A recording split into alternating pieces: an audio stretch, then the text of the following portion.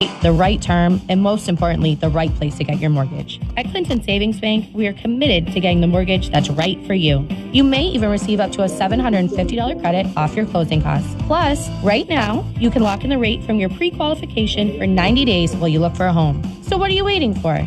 Definitely not this. Oh, boy. Hi, Mrs. Lavash. How can I help? Oh, Believe it or not, I miss Saturday mornings. try again later. Subject to credit approval. Offer may be withdrawn at any time. For complete details, exclusions, and credit costs and terms, call 888-744-4272. Apply at clintonsavings.com. NMLS number 422081. Member FDIC. Member DIF. Equal housing lender. We know why you're awake. Your child is about to get their driver's license. Levante's Auto School offers one-week driving programs to help make sure your child stays safe and focused behind the wheel. 877 drive Ed. Who's Ed? That's the number for Levante's Auto School. Learn to drive safely and efficiently. Visit one of our 5 locations throughout Massachusetts. Click levantesautoschool.com. Levante's Auto School shows you how to learn the rules and keep your cool. 877 drive Ed. Who's Ed? That's the number for Levante's Auto School. That one sounds like it's from the 70s. From One Worcester Homes, we're excited to offer the strongest buyer and seller representation throughout Worcester County and all the surrounding areas. Our agents are trained better and will look out for your best interests throughout the entire transaction. To reach out to One Worcester Homes, simply find us on Facebook, type in One Worcester Homes. We look forward to the opportunity to help you and your family in your home buying or selling transaction. And don't forget to join us the 4th Saturday of every month at 7:30 on Handling Change. The following is a paid program. The opinions are those of the host, Ruh-roh, here we go. not necessarily those of the station or its management. Mike's live. This is the Joe Mangiacotti Show. Our topics are large and small. When to know, we are the show. You want to know, it's time to talk to you.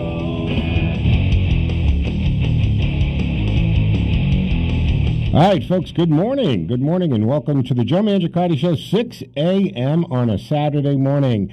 And special, I feel special today anyway, because behind the glass, the booth, is Ted A., back behind the control room. Hey, man, what's up? Good morning. Good morning, Joe. How are you, sir? I'm loving this. This is old school. I've been in on Saturdays. I mean, we've on Jerry's show during the week and stuff.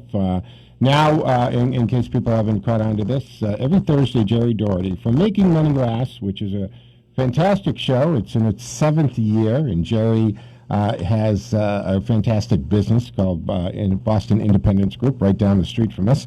And he has Monday through Friday from 11 to 12 noon. He does Making Money Last, and he likes to do a political day, I guess he calls it, right? Just political Thursdays. That's right. So I'm glad to be part of that panel. You're an important part. And thank you very much. And I guess Hank does the round table on Fridays. Fridays. Yeah.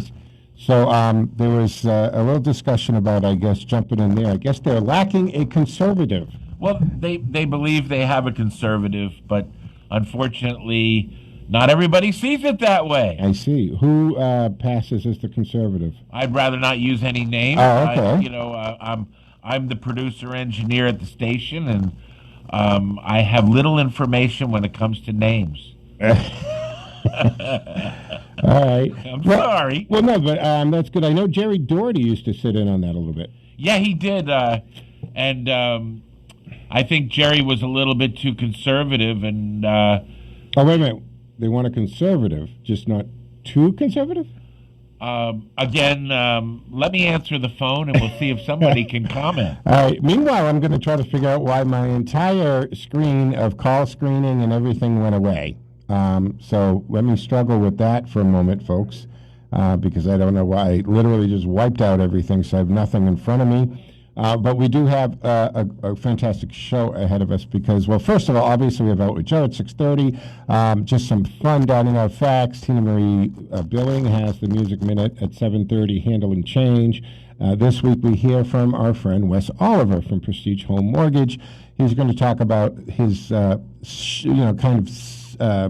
I was going to use the word side. It's not side, but sister business with that is VA mortgages, and he's very passionate about taking care of the VA mortgages and the veterans through the mortgages. So he will be talking to us about that. Also in hour 2 is going to be High Sheriff of Bristol County, Thomas Hodgson.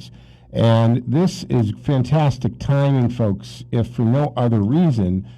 The Trump administration has just announced that they will be dispatching ICE officers to certain cities. Reading between the lines, what they're saying is, okay, you want to be a sanctuary city, we're going to send ICE officers to self-proclaimed, or acting as though they are, sanctuary cities, including Boston, Massachusetts. So that will be happening, and it's great timing to have the good High Sheriff on to discuss that, because he's very passionate about his job, his duties and responsibilities as High Sheriff, as well as just immigration. He's an expert on it. He has been talking to Congress about it. He's spoken and consulted with the president about it. He's gone to the wall. There's a lot going on there. Well, yeah, and also he's a real expert. He didn't read 3 books and became an expert. He's had to deal with it. Yeah, he's actually on the front line, because when you're the sheriff of a county, guys, right? Your day-to-day process is dealing with people who are under arrest. Not necessarily guilty. Remember, the jail, you can be sentenced to jail, or if you get sentenced up to 2.5 years, you're going to go to jail. Now, over that, you're going to go to state prison. But majority of the people in a county lockup are charged or arrested and being held. Potential suspects. So they haven't been found guilty yet, per se. But he gets to see who it is that's moving through the justice system and who it is that are appearing in front of judges. Now, while I work to get my screen back, so I don't have my call screen up. Do we have a call? Yes, we do. It's Richard, New Hampshire. All right, fine. He wants to talk about Romney. Well, okay, I'm okay with that. Like I said, this microphone is for everyone. All right, I got my finger on the laugh track. Let's talk about Romney. That's not right. Just the rhino. Do you have a rhino button over there you can press? Richard, good morning. Welcome into the conversation, man. Good morning, Joe. How you doing? I'm doing well. It feels like I haven't talked to you in ages, for crying out loud. Yeah. Well, the thing is, it's I don't know what it is down there, but it's got to be at least 10 below here with the wind chill. It's unbelievable. Yeah, go back in the house then. Right now. Go back in the house. I get that. Yeah, I get it cranked up. But I'm just saying. Yeah, I'm just saying. Up north though, it's 30 below up there. Oh my. Richard, did you hear what Joe said? What? I said go back into the house. I'm not outside. Believe me. You know how you northern folks are. Yeah. Yeah. Right. Yeah. Hey, Anyways, I have friends and family that live in Maine, and one, but very close to us, she's got to be 70-ish, if not like late 60s.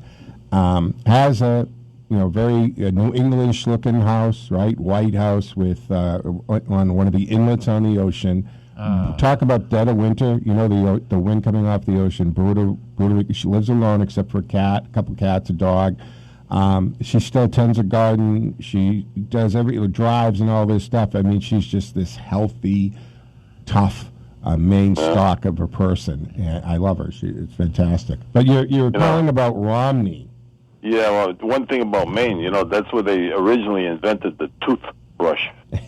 Well, they'd call it, Well, okay, all right. Yeah, all right. I know that old one. But anyways, yeah, I believe I told you about this a couple of years ago. Right, and I mean Romney when he voted there for during the Trump.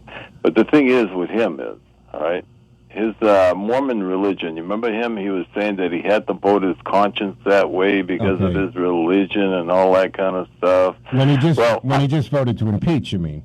Yes, impeach. When he invoked his religion, sure. Yeah, and he invoked that. But the thing is, all right, I used to get American Free Press. I mean, it's still out there today. All right, I haven't gotten it in about maybe 4 or 5 years, but I'm lining up to get it again.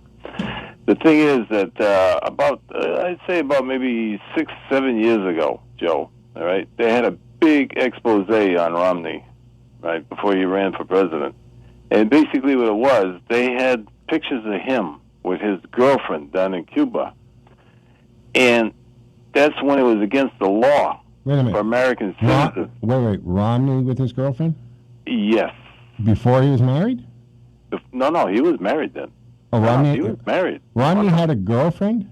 Oh, yes. They had in American Free Press, Joe. They had pictures of him and her together, and that's when it was against the law for American citizens to go to Cuba. But he has a gambling problem too. They came out. Okay. Right? Now, wait a minute. Now, is this because Mormons, have the multiple wives type of thing? Is this? I don't know He about was that. recruiting. Come on. I mean, I just actually. Honestly, I had never heard. Romney, was very presented as this Mormon, which was in Mormon. I have Mormon friends. As a matter of fact, the reason I met Romney, I'll tell you the backstory on Romney for me. Before he was a public, I got to go back to my Senate race, 1992. My campaign treasurer, is a Mormon, and he attended the same church as, or location, I don't know if they actually call it church, location as Mitt Romney. So Jeff, my treasurer, during the course of dealing with each other, he said to me, I really want you to meet a fellow brother. He's Mormon. He wants to, he's a very nice guy, great family. At that time, his kids were all very, very young. Right. Meet him. I think you'd like him, and he wants to get into public office. He's a successful businessman. At that point, he didn't tell me just how successful, what he was behind. And that's how he met Romney, was through my campaign treasurer before Romney kind of came into the spotlight. And what I met was Ken and Barbie. Exactly. This handsome guy, this beautiful woman, and then kids were all handsome, high cheekbones, right, square jaws, freaks. Who looks like that, right? They look like they were casting, like Hollywood. They were models. Send down the All-American Family, and they casted these people. And that's how I met Romney. That's my first, and then of course a few years later, he came on to run against Kennedy, and then eventually became the governor. At no time, and this is now 30 years, 30-ish, so close to 30, 27 years later, something, that that I've never heard that he had a girlfriend, because I would have thought that might have come out in the race against Kennedy and in the race for the governorship. I would think that would have come out. I don't know why it never came out. I've never heard that. I don't know why it never came out, because like I said, I know why. You can't put pictures like that in the magazine, and you cannot put pictures, saying that that's his girlfriend, and that he was down there gambling because he's got a gambling problem. Richard, without getting, why. Sued. You know why. He's one of the protected class. Exactly. That's exactly what it is. Some people they protect, and some other people they don't protect, and they protected him quite well. Look, Romney thinks that that he's going to be given a pass by the liberal media because he did what he did, and they did love him for a while. He's a suck-up. But exactly, Ted. If he stood his ground, right? If he showed some backbone, he would have been president. He would have, he would have been senator back in the day. So, look, he didn't show what he had to make the race. I think this was just a cheap shot, in that he pulled out. Look, you can't tell me that his personal feelings, right? If we look at the timeline of Romney and Trump, way back, go see, I need money when Trump was just Trump, when Trump was just the international playboy businessman married to his third wife in multiple homes, and everybody wanted a picture with him, everybody wanted to hang with him, and everybody wanted to get money from him. That was fine. Then all of a sudden, he loses, this goes on, and Trump is horrible, yet prior to this, he's saying what a great businessman he is, and what a wonderful guy he is. Don't forget, two weeks later, he was riding the elevator up to try and get a slot. Right. Then he wants to be he wants to be in the cabinet. So, look, Romney, you have no credibility in anything now, because you just obviously say and do what you think is politically advantageous to you at the time. Right. And that's what it is. And so he's calculated in his head that this is going to be good for me politically whatever that thought process is, all right, and I'm sure part of that was I've got X amount of years, right, till 2024 before I need to run again. And, right, before he has to run for Senate again. So, I mean, come on, he's not, you think he's going to take a shot at president in 4 more years, right? So No, he's done. He's done. Right now, Joe and Ted, he is done. I mean, there was already, that day, within, 30 hours of him doing that to Trump, there was a state senator who proposed a recall. And he says it's not specifically for Romney, just good timing. Right. And obviously it is. So there's a good number of people in his home state who would like to recall him as well. So, but the thing that gets me, probably you and Ted, is the fact that the president went over there and he supported him so he could become senator. Yeah. And turn around and stab him in the back like that. Yeah. And also, I don't want friends like him. No, you don't need friends like that, Richard. I don't need friends like him. But during the impeachment process, he says straight out, "Look, I'm going to vote yes for witnesses because there is not enough evidence to make a determination. Therefore, I want to vote yes for the witnesses. We're not going to have witnesses. Okay, well then I'm going to vote guilty." You literally just said there is not enough evidence to make a decision on this. And our justice system says, except for Donald Trump, he's exempt from the Constitution and the norms of the justice procedure, obviously. So he should be, under all norms of trial and etiquette, you should then vote not guilty if you do not have enough evidence and you need another witness. It dictates you're responsible. You're obligated to vote not guilty if it's not beyond a reasonable doubt here. I know it's not a trial in a criminal court of law, but you get what I'm saying. He speaks out of both sides of his mouth. Him and Elizabeth Warren speak with forked tongue. It just, no. You can't say in one breath, I don't have enough in front of me, enough evidence to make a decision. I need more witnesses. No witnesses, okay. Then I vote guilty. But the other thing too, Joe, is the fact that he's over there saying that this is going to play on his conscience and stuff like that. He was a corporate raider. He put over 2,000 something people out of work. So obviously that conscience part of him didn't bother him, did it? Yeah, the whole that business side of it. And you know what the other thing is too, by the way, while we're on Romney and in Massachusetts politics, guess who went to work for him when he couldn't get a job after being a governor? Deval Patrick. Leaving office, and he couldn't find a job, and he went to work for Bain's Capital. Right, I'm glad you brought that up. And all of a sudden, all of the negative press that used to come against Bain's Capital because of Romney and it hit it, all of a sudden dried up. Notice that?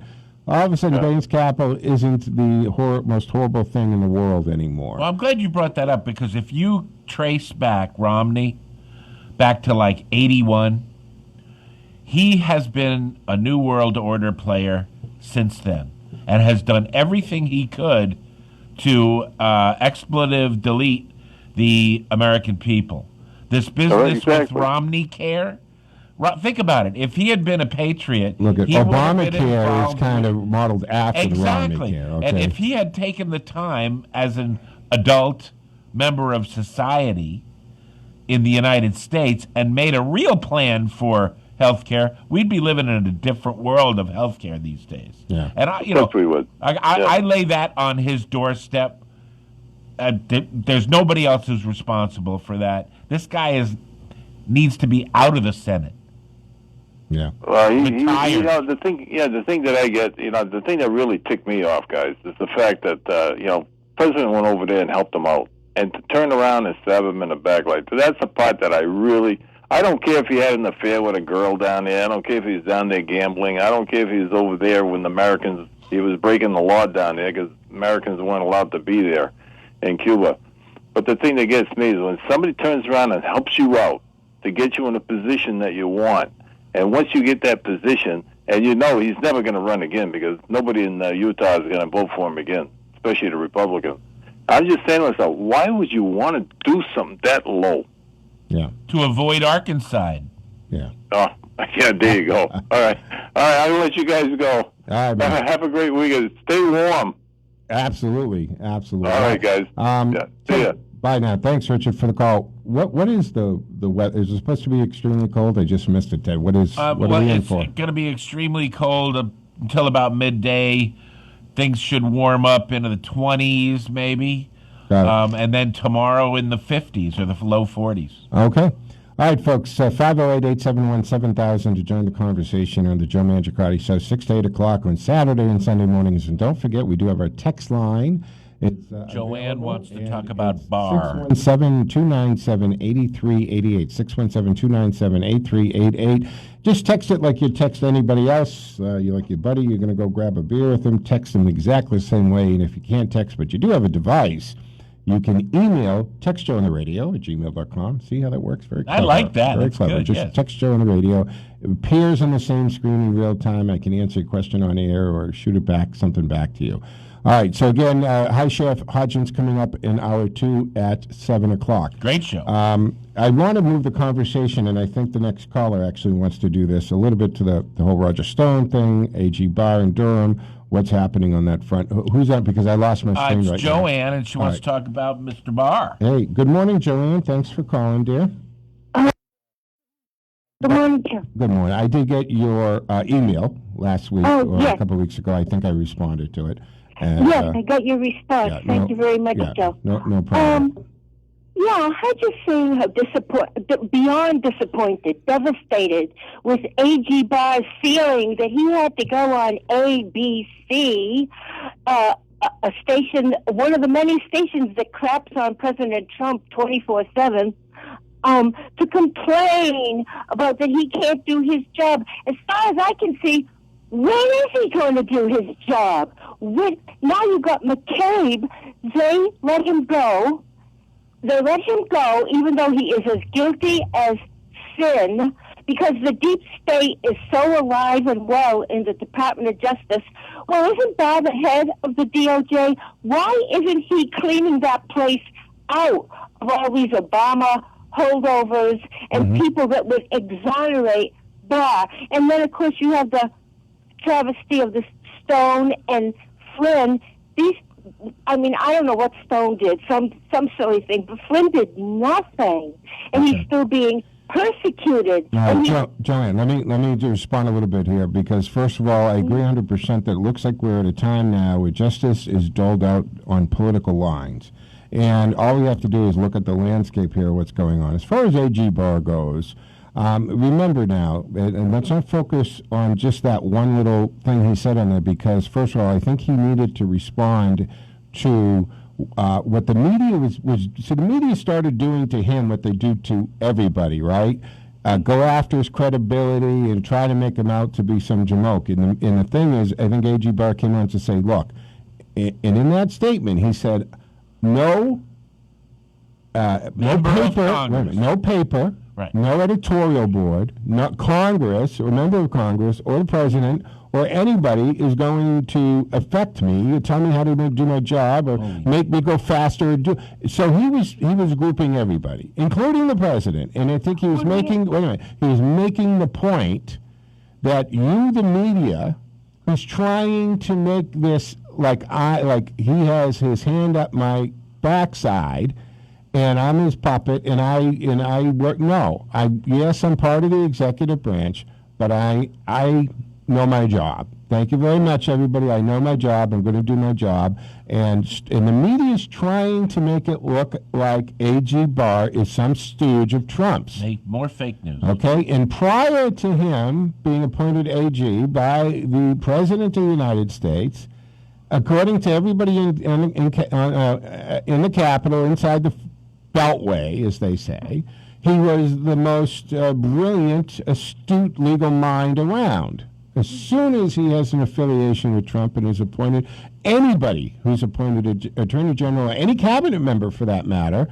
is fair game to them, right? We've got Waters out there telling us if you see anybody in the Trump administration, you can yell at them and you can kick them out of restaurants and it's all fair game. It's horrible. It's horrible what the left has done, because they can't argue the points. You must be destroyed in silence. So I'm not going to get all over Attorney General Barr for including the president in that statement, nor do I think we should be hyper-focused on the fact that he said president when he was taking to task editorial boards, newspapers, and the entire Congress for that, okay? Well, I know that, and you know that, and Ted knows that, Joe, but that's not what CNN and MSNBC No, of course they're not. And they're going to spin it their way. And that's the whole point, that he had to go out there in the first place, because that's all they're doing day after day is trying to lessen Barr. And more people get it, Joanne, than you think. Yeah, and then as far, when we get to McCabe, let's not make a mistake here. McCabe is not innocent, okay? They just said... no, of course not. Okay, he admitted that he had lied. He lied under oath. He lied about leaking, and then leaked and then lied about leaking. He absolutely, there's no question. But there's a difference between not prosecuting, and the reason that they didn't go forward with the prosecution on McCabe was it had to do with the witnesses. And people who prosecute for a living do not go to trial if they're not confident that they actually have a conviction waiting on the other end, right? And that's what was happening there. And yes, there's some political stuff, because let's not forget, Joanne, that the DOJ, right, and all of the agencies still have these Trump-hating individuals embedded within the organization, okay, within those things. And it can't be rooted out in one term. It couldn't be rooted out in 1 year. And it has to be rooted out at the right time. We have an election coming. There is, and I know Mark, you're very frustrated, who calls in all the time, and I understand this, but I've been saying this, and I'm really hoping it, because we have, I think we're going to have an extremely interesting 7 or 8 months. I think 2020 is going to be we're going to get to the end of 2020 and go, wow. Gee, I didn't know you were so partial to understatement. Wow, yeah, exactly. Joanne, we got a break for Out with Joe. I'm perfectly fine with carrying on a conversation after Out with Joe, but I do got a break because it's just that time. That's how radio works. So if you'd like to stay, that's fine. But folks, we're going to take a quick break for Out with Joe here in Tina Marie Billing on the Music Minute. 508-871-7000. I'm Joe Mangiacotti.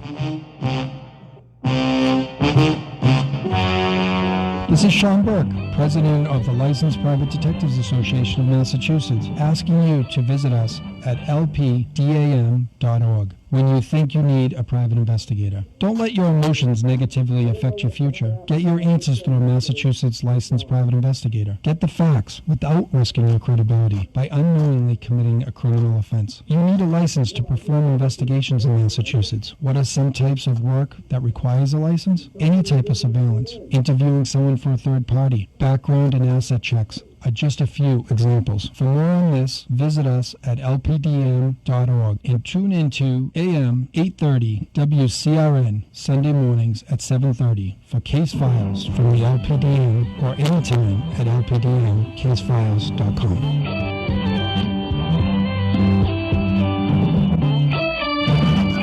We know why you're awake. Your child is about to get their driver's license. Levante's Auto School offers 1-week driving programs to help make sure your child stays safe and focused behind the wheel. 877 drive Ed. Who's Ed? That's the number for Levante's Auto School. Learn to drive safely and efficiently. Visit one of our 5 locations throughout Massachusetts. Click Levante'sAutoschool.com. Levante's Auto School shows you how to learn the rules and keep your cool.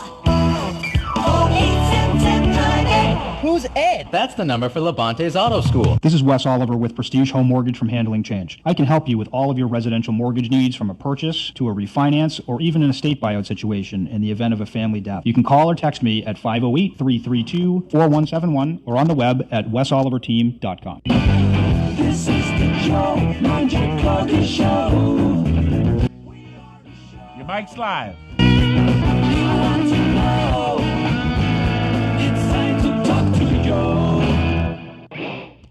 All right, welcome back. So we'll basically, I would just out with some interesting fun facts. So what I'll actually do, right? I'm going to take a second here because I can do it a little bit live because, this is live radio. And you stuff are like the this best, happens. my friend. So if I go to outwithjoe.com, basically what I did is we got and what we'll do for 7:53 is I'll play Tina Marie Billing's Music Minute, because she goes through a lot of work to talk about and research what's happening on local venues and local musicians, and we should support the local musicians. So basically, I was going to talk about some of the, on Out with Joe, some fun facts about dining out, because did you know the number of times per week the average American eats out? Not including breakfast, Ted. No, not breakfast? Not including breakfast. Okay. It's 4.5 times that the average American eats out. And the average amount That's spent... weekly? Yeah, per week. Wow. 4.5 times. But see, this is based with millennials. Ah, yeah. All right? Yes. So the average amount spent per person when eating out is $36. So based on that, one couple's cost of eating out per week, according to these two statistics, is $324 a week is spent. Now, I could see that when I was in my 30s and maybe even into my 40s, because I had to do this because you had to keep track of it for business and stuff. Yeah. I actually had about a $1,200 to $1,500 a week dining out in bar tab. But Well, that was you got an business expense and account, yeah. All right. So the average tip is 18.9%, and that makes sense because All right. I don't know who tips 15 anymore. Now, the first time that money spent on restaurants over eating in other words, over buying groceries, exceeded in 2016 was the first year that did that.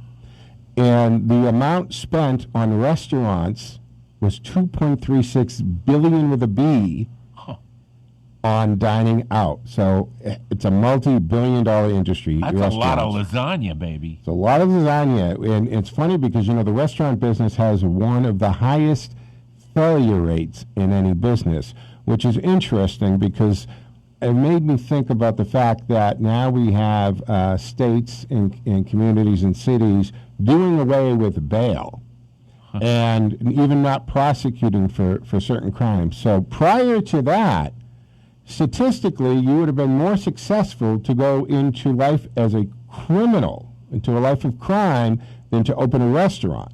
Well, now, certainly not pay your bill at the restaurant, just chew and screw. and so now, actually, it's even better statistically to become a criminal than it is to open a restaurant.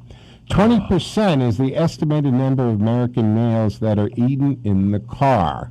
I might even think that's low. I think there's a lot in it. All right, the amount the average millennial spends eating out per year, it's $2,639. And 28% of millennials' disposable income is spent on eating out. So not their gross income, their disposable income. So there's a difference there, obviously. Wow, folks, I thought my right? grocery bill was bad, but that's something. And then people who have or would plan a vacation around eating at a certain restaurant, 85%. And I can see that because I did Out with Joe as a dining show for years. It was a 3-hour show on 4 stations, and I would have listeners who would contact me the next week and say, or 2 weeks after I talked about a restaurant or they were on the air, and they would travel 2.5 hours to go from somewhere up in New Hampshire to go over to a restaurant in Charlton or Southbridge. It was crazy. All right. So it seems that the millennial definitely, they view dining out more as a social experience than to eat to survive. And you can see this shift in the preference towards the upscale atmosphere, you know, like the Chipotle and the Noodles and Company, rather than the baby boomers who prefer like McDonald's and Burger King. Or a nice diner. Yeah, exactly. So, but I would suggest that you focus some of those dining bucks back into your pocket, you know, and how about give up some of or trading some of those like last minute $10 lunches, right? Give up 5 of those and have one delicious $30 meal at the end of the week and pocket that difference. Joe, it sounds like the restaurant business may change to the positive or for the positive in the future. Many of my associates have told me that if you invest $2 million in a restaurant, 2 years later, you've got $1 million. Yeah, that's about right, you know. I want to remind everybody that Out with Joe is actually brought to us by Nothing Bundt Cake in White City Plaza in Shrewsbury. They are on Facebook at Nothing Bundt Cake Shrewsbury. Hey, go check it out. Go in there and ask for Al. I got to tell you, this guy, unbelievable. First of all, the product. Have I brought any in here? Yes, I did bring something and the in. place is pristine. It's extremely pretty. It's clean as all get up. I got to tell you, because they are a franchise that get inspected literally by the franchisees that come in and do that. But you can go in there. I actually have some gift certificates or coupons or whatever you want to call them for some free bundettes or something. They're like these huge, oversized cupcake Oh, things. nice. I'll wrestle Teddy for that later. I'll be happy to give those out. So go check it out. Nothing Bundt Cakes in White City Plaza, Shrewsbury. They have incredible product there. Go in, say, ask for Al. Tell him that you listen to me. You want to come in, and he'll give you something special Let there. me eat cake. Exactly. 508-871-7000 to join the conversation. Who's up first? Ken, next? Okay, we still got Joanne. Oh, hanging Joanne, on. I'm sorry. Joanne, you're still there. I got to get my screen back. I'm sorry. I'm Okay, working we on got that. two other callers, Joanne, so lay it on us. Let's go to Joanne. Well, all right. I just want to finish by saying I know he said the media and the Congress, and they are the ones that are slandering him. But I just hope you're right, and that he does gallop to the rescue with Durham's expose. But letting McCabe off the hook, I mean, isn't he the head of the DOJ? Why couldn't he have? Well, you said that they didn't have a case, but they don't have a case on Flynn. Not a case. The witnesses. The problem, from what I understand, what I'm told from some people, is the problem is the witnesses were not going to be cooperating witnesses. They couldn't get people. If you can't go and have a trial and the witnesses deliver for you, you're in trouble. And they don't like to go. And this happens every day, Joanne. Prosecutors make the decision not to prosecute when they know that they're not going to win.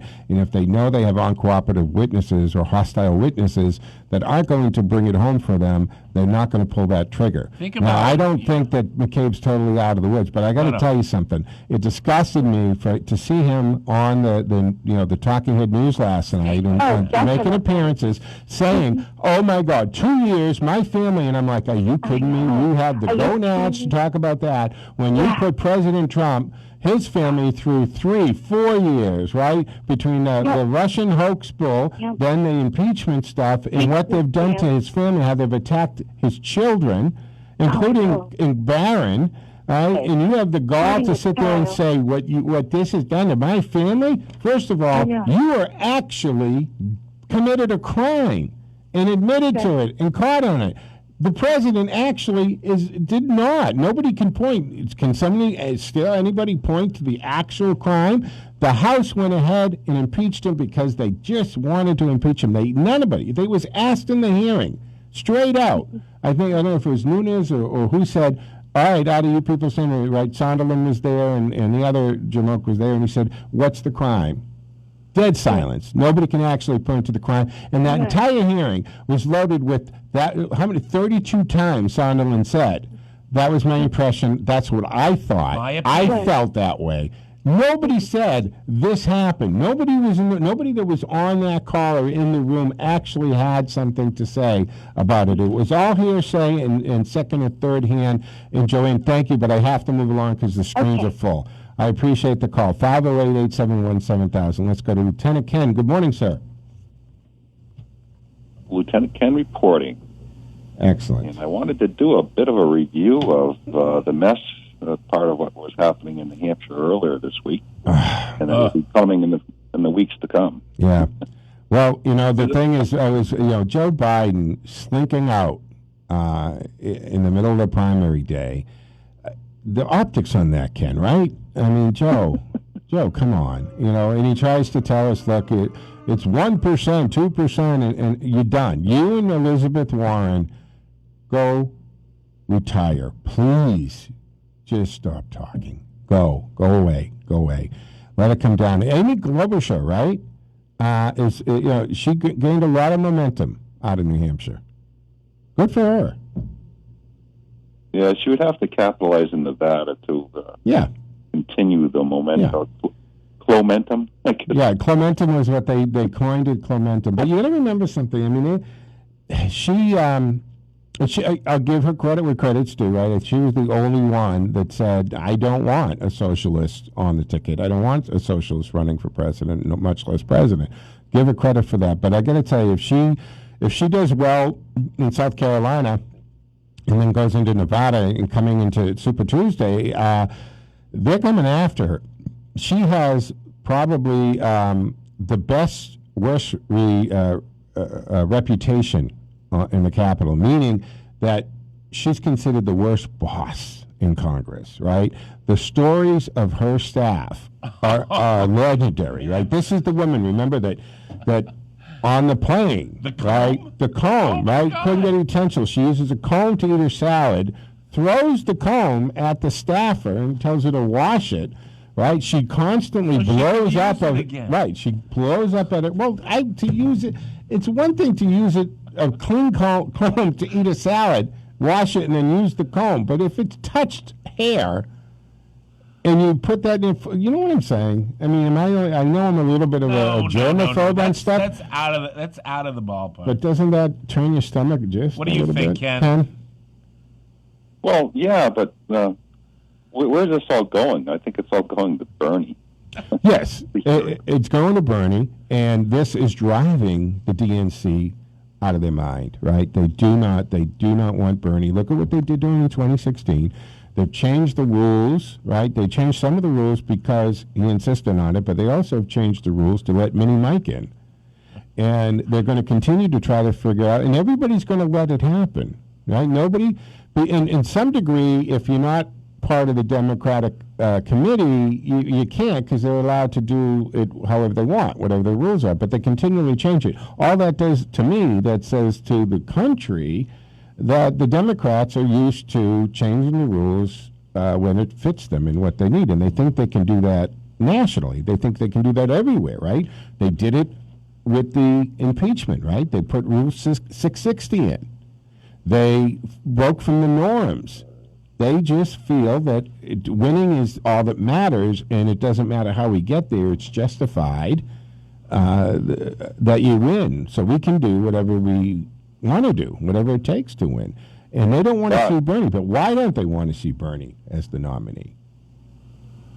But, Joe, the biggest change made is going to blow up in their face, and that is California becoming part of Super Tuesday. And you know who's going to win California. Yeah. California, though, I mean, we always know, right, we write that off all the time to the Democrats, first of all. The primary's in June in the past. Now it's March. Yeah, now it's March in March. earlier. And that makes a big... It does, right, because it's going to change. The Super Tuesday is going to be different this time around. 35+% of the delegates through primary caucuses will be assigned Super Tuesday. And there are all sorts of stunts they could pull, but it's too late. The cat's out of the bag, and you just can't. Ken, these people believe that they can do to our government and political institutions what they've done to the education system in this country. They believe their own BS, if you will. So somebody's got to remind Bernie that the 70s want their social policy back. And if we do that in a public way, then maybe they'll have a shot. Otherwise, Bernie's going to climb all over. Well, the other thing is, too, and Ken, your take on this is that as Bernie does become the actual, candidate and front runner, they haven't begun to sprinkle his past, right? He's still, we haven't heard the other opponents, pile on his comments from the 70s, right? The stuff he had to say, the stuff that he had to write. Remember his essay on women fantasies and all that? When he came back about the breadlines and how fantastic it was. Now he's trying to flip the script and tell us, I'm not talking about that bad Soviet socialism. I'm talking about that Denmark-Sweden socialism, which, by the way, isn't socialism. No. It is democracy or republic with just extremely high taxes and a lot of government control, which is actually more the definition of fascism than socialism. You go to jail for driving drunk. You go to jail, and they throw away the key. There is no. Look, they haven't. The bottom line is they haven't started in on Bernie like they That's can. right. Okay. But who's his presidential opponent that's going to do what you just cited? That's not the image that Mayor Pete or Klobuchar are painting. With Bloomberg, Buttigieg. Well, I think Mini Mike would. Okay. Yeah. And this is another thing that's just a funny observation to me, because if you really look at it, you got Donald Trump, who's pretty much considered a New York liberal, who's now become the president as a Republican, and Mini Mike, who was a Republican and made the switch over to being a Democrat, and also a billionaire. And it's like, well, there's a Junks Pasha there that happened. I mean, and that's the other thing. You got Sanders and Mini Mike, and the bros, right? The Bernie bros are not going to swallow a billionaire buying the election at all. So that means that they're either going to do, what they did. Well, they're going to do what they did in 2016, and that is some of them are just not going to, veto the voting, just won't do it, and the others will actually cross over and vote for Trump as a protest vote to them screwing Bernie over. Yeah, you're jumping the calendar, though. Let's focus on the next couple months. So I think that the point is, and we're figuring this out, and I don't see Mike going after Bernie with this big money. You know why? Why? Yeah. You know what he really fears? The Antifa types that are Bernie's bros. So you think Mike's afraid of Antifa? Well, the Bernie bros, they're violent. They're violent. They're violent. I mean, let's go back to the Project Veritas, right? You saw those videos I'm assuming online, right? Where his men, and these aren't fringe people. These are paid staff, right? Big people in the Bernie campaign talking about, and one of the most telling things they said was when they talked about the re-education of Trump supporters and sending them to camps, and that is all what free college is about, is indoctrination through the colleges. And that's why Bernie's talking about free education, so that they can control the schools and indoctrinate all of these students into that mentality. That is extremely, if that doesn't concern you people, we got a big problem here. So is he afraid of it? I don't think Mike is himself afraid of it. I mean, he's got security up the wing lane, 14 houses, 6 jets. I mean, Antifa ain't getting near him. So I don't think he's personally. Well, he may consider that personally, but he's just trying to ride that wave. In other words, this is what he's counting on: another health incident by Bernie, and he's the only one left to fill the gap. Are you saying health incident or a health incident? Wink, wink. No, wink, wink. I'm literally, because Bernie had his heart attack. Yeah, right, and once you've had one, you are absolutely more prone to another one, right? And it does damage. I get that, and that actually should be a concern. It should be a concern, and I'm not that kind of. I'm a doctor, but not a medical doctor, but Bernie doesn't. You know how you can look at somebody and go, okay, that's a healthy 70-something years old, right? They've got a look, their posture's good, their skin's good, their hair's good. That Bernie doesn't have a healthy 77-year-old look. No, he's not robust. You know what I'm saying? So, it should be a concern, and it should be a concern to voters and so forth if he will go the distance in office. Well, maybe the DNC should offer Bernie a weekend at a hunting club. The one with Dick Cheney? Yeah, with Dick Cheney, or where Scalise was, That way they got the inside rope. Yeah. Or invite him to a softball game. Yeah, there we go. Yeah. Because I was a Bernie supporter, That was. I went after Scalise. Call Ken, anything important? Are you good? Oh. All right, sir. Thank you, Lieutenant. Always a pleasure to have you. All right, folks, 508-871-7000 to join the conversation. Dawn, my goodness, I haven't had my dose of Dawn in weeks here. Ding-a-ling dong, hey. Aliens got me. They only just brought me back recently. They realized their mistake. What was the mistake? Oh, we've already had this guy 12 times? Or there you go. Leaves a bad taste, or whatever the case may be. But quickly, Virginia, the governor and the Democrats there, they're bringing us back to 1860, when in 1860 we know all these 11 Democrat states decided to fight against the United States because they didn't like the Constitution. And, we can even go back to 1830 when the great Democrat President Jackson stole the land from the 5 civilized tribes, and then in 1846, the other Democrat President Polk stole over half the land from Mexico, and now Mexico wants it back again. But the insanity with the Democrat governor stating that he would be willing to send the National Guard from house to house to confiscate firearms because all of a sudden the Second Amendment of the United States Constitution has no more effect in Virginia. This is insanity. Joe, I don't even know where to begin with that.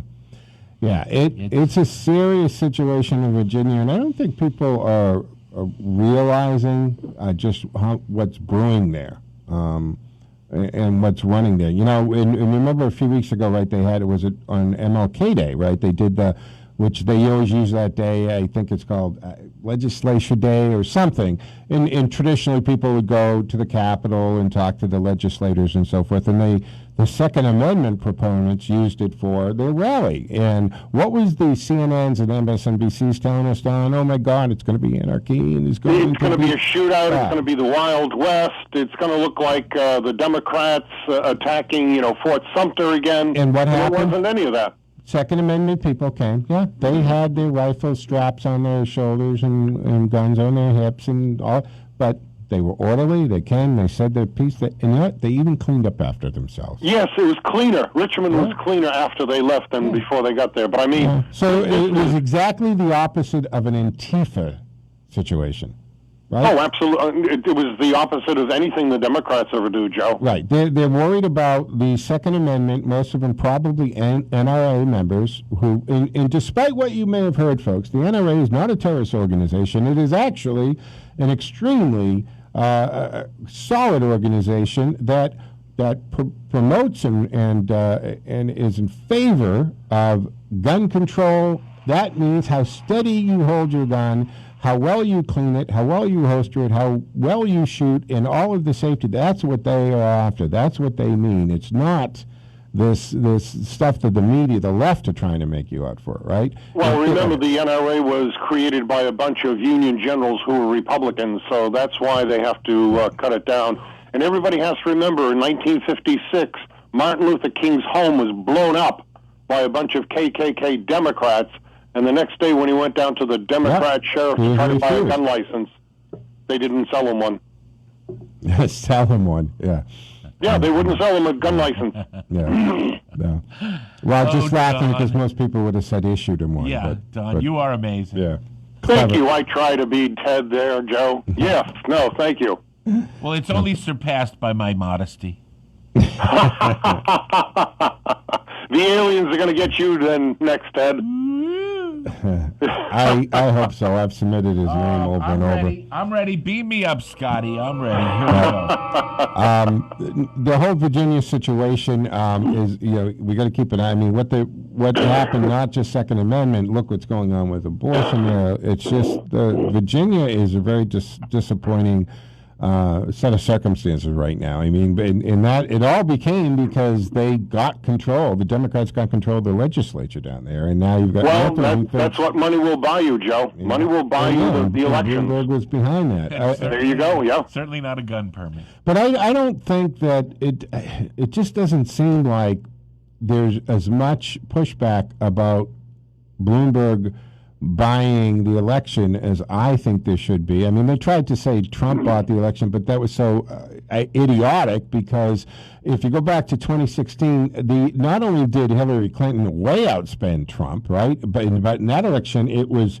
actually 2-1. I mean, it was like the whole Democratic establishment outspent Republicans 2-1 there, and even the Republicans in the primary totally outspent Trump there, even combined. It just didn't. And Trump isn't really a millionaire, I mean. A billionaire. A billionaire, yeah. Yeah, I mean, right. What is it? The song goes, "Money can't buy you love." It didn't buy any for Hillary, did it? It did not.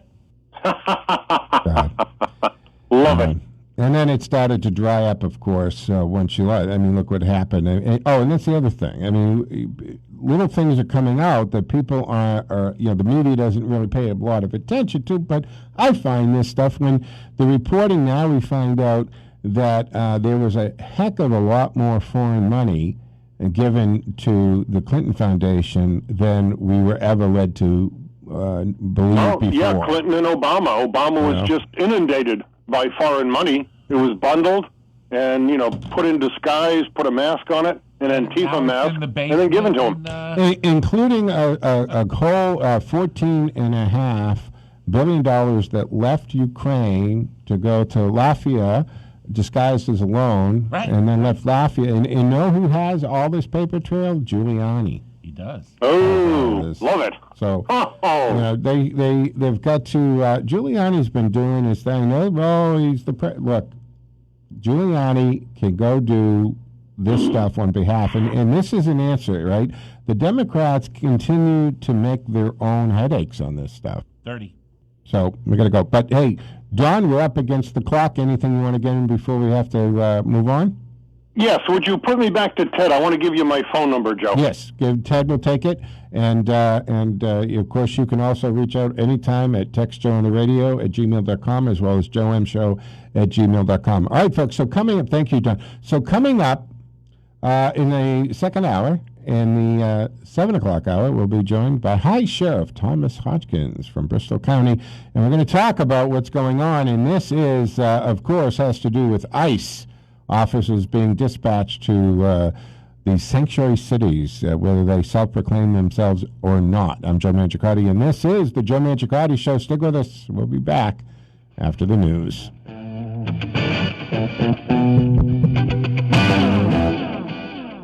Driving is a team activity. Everyone on the road is on your team. Share the road to get there alive. Zelensky speaks. More coronavirus cases. I'm Christopher Cruz.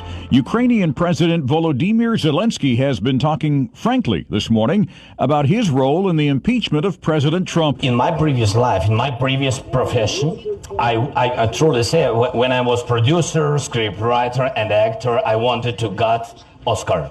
I wanted to be very popular in USA. Now I'm very popular in USA. The House impeached the president after a phone call between him and Zelensky in July, in which some administration officials felt Trump had improperly asked for an investigation into his political rivals. Zelensky was interviewed at the Munich Security Conference. China today reported 2,641 new cases of the coronavirus. That's a major drop from the numbers it's reported in recent days. The number of new deaths increased to 143, bringing the total fatalities in mainland China to 1,523. American officials are preparing to get some U.S. citizens who've been quarantined on a cruise ship off the coast of Japan off the ship. More than 3,600 people, including hundreds of Americans, are still stuck on the floating disaster zone, otherwise known as the Diamond Princess cruise ship in Yokohama, Japan. More than 200 people on board have been infected with coronavirus, but officials have decided to let off some elderly passengers who tested negative and needed assistance. That's correspondent Brian Todd. A chartered flight will arrive late tomorrow to get all 400 Americans off the Diamond Princess and back home, but back into quarantine. Prosecutors have completed their closing arguments in the rape trial of disgraced movie producer Harvey Weinstein. They said he treated aspiring actresses as if they were disposable. The defense says the two women he's charged with attacking were opportunists who slept with Weinstein because they thought it would help their careers.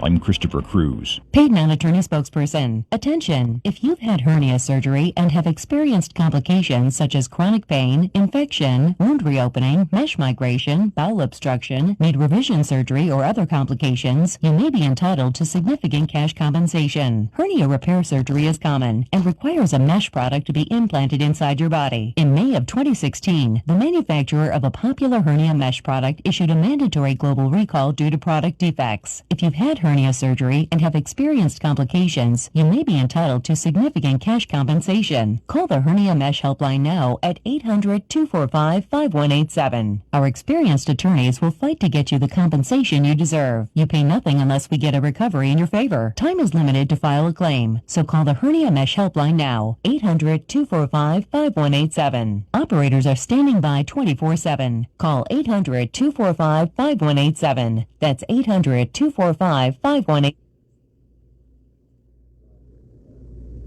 This is Lavash. You're all set with your mortgage, and I assume you understand what you just signed. A stack of papers, George? That's right. And for future, just call this number if you need anything. And, ooh, yeah, I'm gonna need that pen back.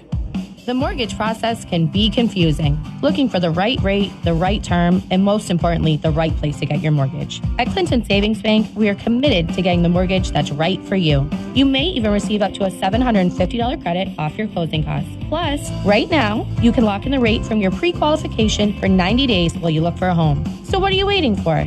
Definitely not this. Oh, boy. Hi, Mrs. Lavash. How can I help? You're breaking up. Try again later.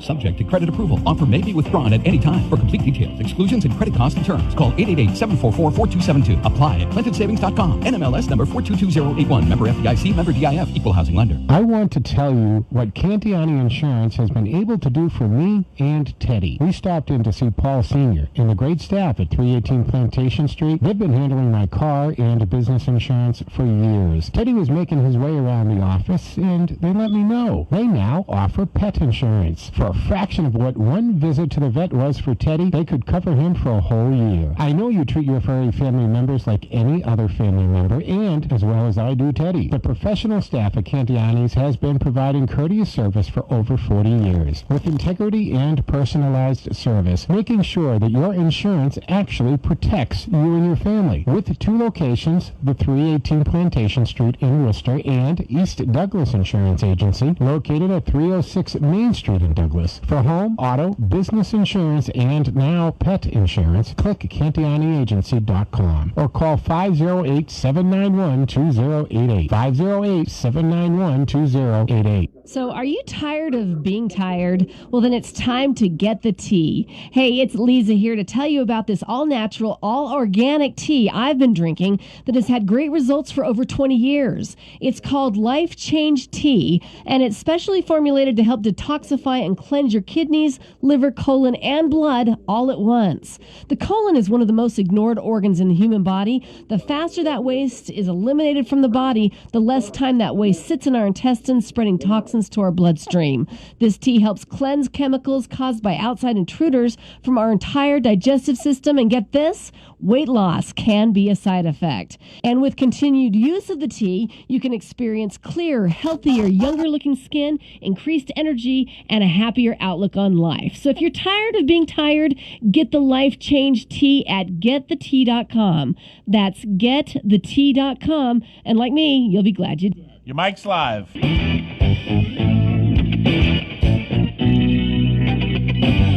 This is the Joe Mangiacotti Show.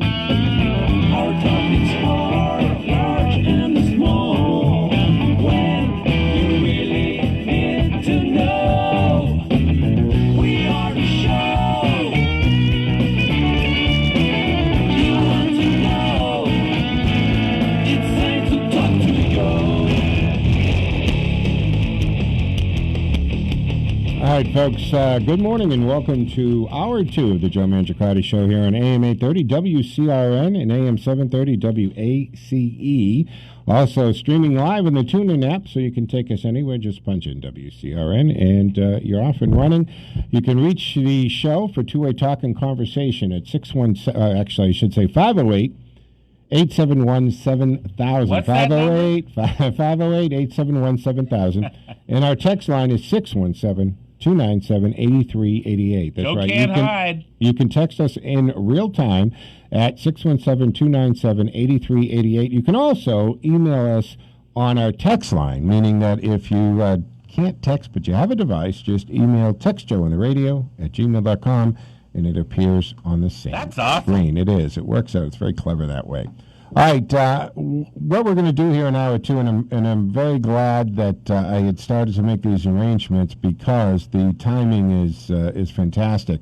So first, let me invite into the conversation, hi, Sheriff of Bristol County, Thomas Hodgson. Sheriff, good morning. Good morning, Joe. Thanks for having me. It's my pleasure, man. And let's tell people that you are the High Sheriff of Bristol County, and that is in the kind of the southern part of Massachusetts. And how many years now, Sheriff, have you been there? I've been the sheriff for 22 years here in Bristol County, which is the southeast quadrant of the state. Fantastic. And pretty much you have become well known as an expert on immigration. And I was saying in hour one, and tell me if I was hitting it on, that as a sheriff, you're in a unique position because you deal with those that have been arrested. And if they're in your custody, it doesn't necessarily mean they've been found guilty yet. They might not have been sentenced to 2.5 years or less, but they're awaiting trial. So you're on the ground and you're dealing with people who are facing a jury and a judge very soon, who are in the justice system as we're talking. And so you see who's being arrested. You see who they are, where they come from, what they're being arrested for, what they're charged with, and that kind of thing. And I think that gives you a very unique perspective. Would that be fair? Oh, absolutely. And that's the whole issue around what's going on and the undermining of the rule of law here. Thank God for President Trump, I'll tell you, because what essentially happened, we have these elected officials who decided that they wanted to pick and choose what laws are going to be followed, and basically under these new policies that they've tried to establish, the Sanctuaries and Trust Act and all of these things, they've basically said, look, I know the community would be safer if you continue to cooperate with your federal partners, but I don't want the community to be safe because my political agenda is more important. So you people in the community that elected me to represent you be safe, well, you're just going to be less safe than you otherwise could be because, as I say, the political agenda trumps the, no pun intended, but trumps the safety of the people of the communities. And so when we have people come into our prisons, that's the safest way, first of all, for us to, when we identify, or I identify somebody that is in the country illegally, there's a determination made at that point whether or not they should be held for federal hearings for deportation. And rather than allowing the person right back out into the community when we know they've been arrested for a crime, could be serious crime, they're right back out in the community. And they're, of course, victimizing more and more people, pushing more and more drugs, causing more and more overdoses. And I don't know if you know this, Joe, and the listeners know this or not, but Massachusetts is the second most common place in the United States to find fentanyl. And between 2007 and 2017, according to a recent a Pew Research report that came out about 3 months ago, they determined that Massachusetts had the highest migration of illegal immigrants for that 10-year period than any other state in the United States. We're 2,300 miles from the border. Well, first of all, that's it's fascinating to learn that. I mean, I've been led to believe that for some reason Quincy has become some kind of hub or passway through coming up the coast. I don't know if there's accuracy to that, but that Massachusetts, obviously being a coastal state, would deal with the pipeline part of it. Well, more of it, Joe, though, has to do with, if you look at the maps now, they've done the maps that show that the cartel's routes across the United States start from the southern border. They go right through the sanctuary cities because that's the place they can lay low. And this is because their own governors and mayors have broadcast to them, we got your back. Come on in. We got your back. Joe regularly tells our audience, Sheriff, that once someone comes into the country illegally, then they're on a chain of illegal acts in order to stay here. Yeah, and in other words, right, Sheriff, I mean, you broke the law to come in order to continue to survive in this country after you've illegally entered? Do you not have to continue to break multiple laws every day because you need to have a fictitious identity? You need to steal an identity, rent a Social Security number from a Puerto Rican citizen, or in other words, you can't. It's just not an isolated crime. It's a series, conspiracy of crimes to be here illegally. Well, of course, and you know, we've heard them talk about driver's license and other things, and they claim that one of the reasons is because they'll buy insurance. Well, if these people don't have jobs, they may get it for 1 month, but how are they going to sustain that car insurance for when they don't have jobs and so forth? We know all the fraud that's going on. We know the human trafficking and sex trafficking are out of control because these people, the cartels, for example, are well into our country. And I've been to the border 4 times. I can assure you, and what you just said, Joe, is very important. Down on the border, you will hear all the agents talk about the fact that they know within a day's time which new community is now established as a sanctuary place. Because think about this: for how many decades have law enforcement been asking the citizens of our country, the law-abiding people, get involved, let us be our eyes and ears, help us keep the community safe, things that are legal in the community, let us know about it. Now we've evolved with these elected officials who are trying to create sanctuaries and so forth, basically saying, you law-abiding people that have been working with law enforcement, you need to go into the shadows and be quiet. And you need to let the people who are in the shadows hiding, who are here knowingly, illegally, come out of the shadows with a protected bubble and wander around your neighborhoods. You need to leave alone. And that is completely flipping neighborhood watch on its head and saying the law-abiding people can no longer cooperate. In California, the Attorney General said, he made a public statement, said any business owner, now think about this, any business owner who attempts to notify ICE that they have someone that's here illegally will be prosecuted. That's ludicrous, first of all. And prosecuted for what? For violating the Trust Act. I'm sorry, you died out for a second. Violating? The Trust Act, the Sanctuary Trust Act, which okay, so that brings me to the question is, how does one become a sanctuary city? I mean, is there a declaration, or do they just announce it? Because how can a city thumb their nose at federal law and just simply say we're not going to recognize, much less enforce, the laws we don't care for? Well, that's a great question, and I think the answer is very simple. They can't.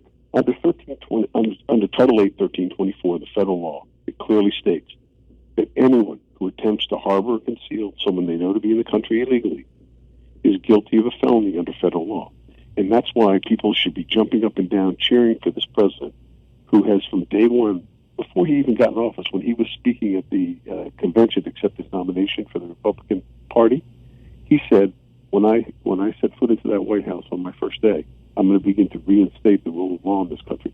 And now he's just announced, as you know, that they are now taking border agents from the border because they've started to secure it. And they're going to start coming into the communities, Boston being one, where these people like Marty Walsh and Mayor Curtatone, who said, you know what, we're going to be they use this term friendly, welcoming community, because they used to be sanctuary community. They knew that was a negative connotation.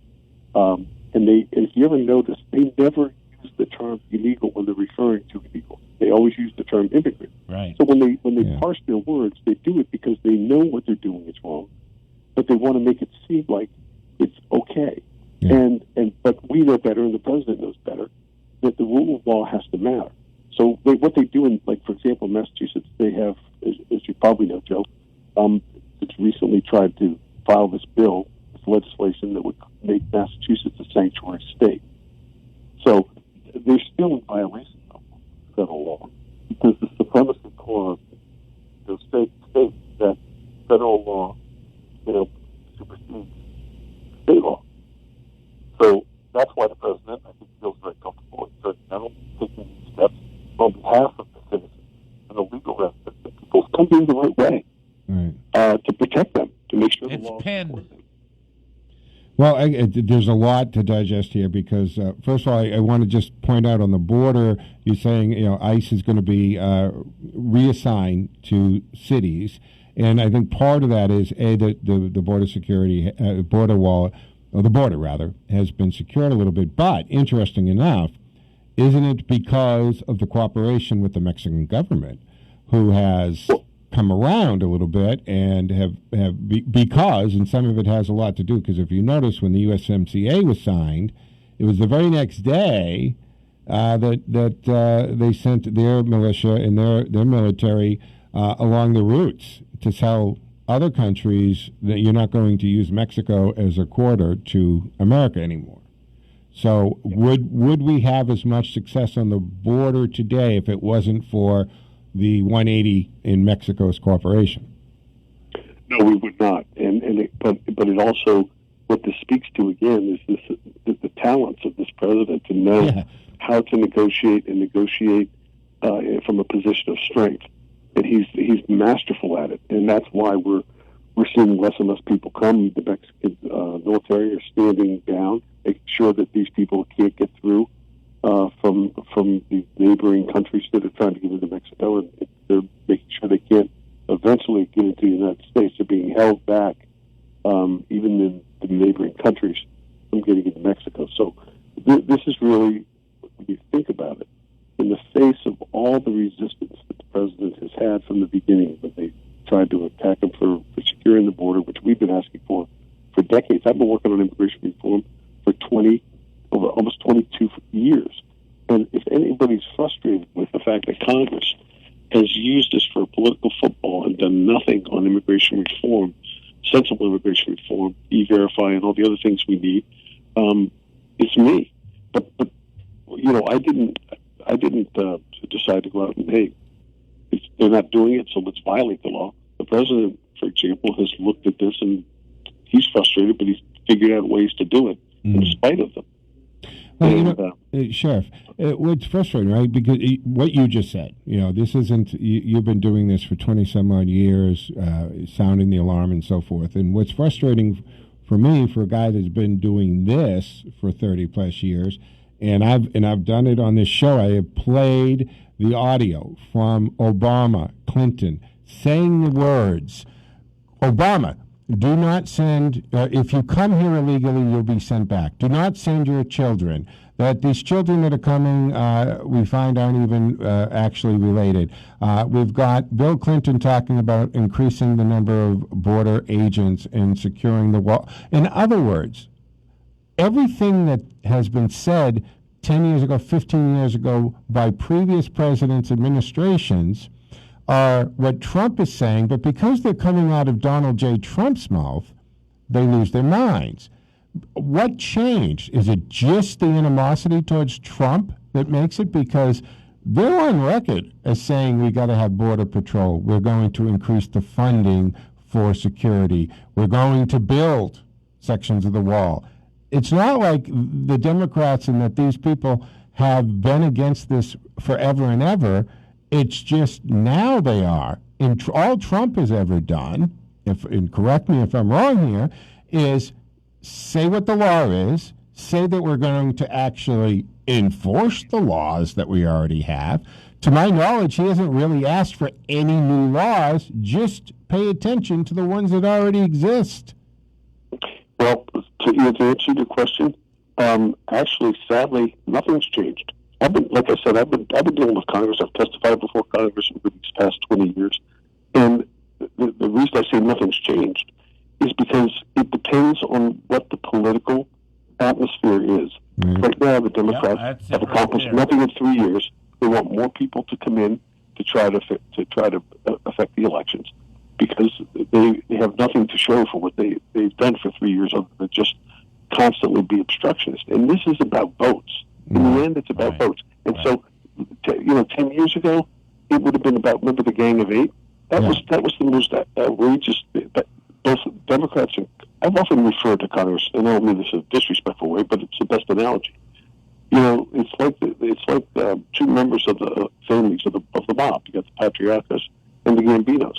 They're constantly fighting with each other until, like like law enforcement, then suddenly they become one family, and they stick together.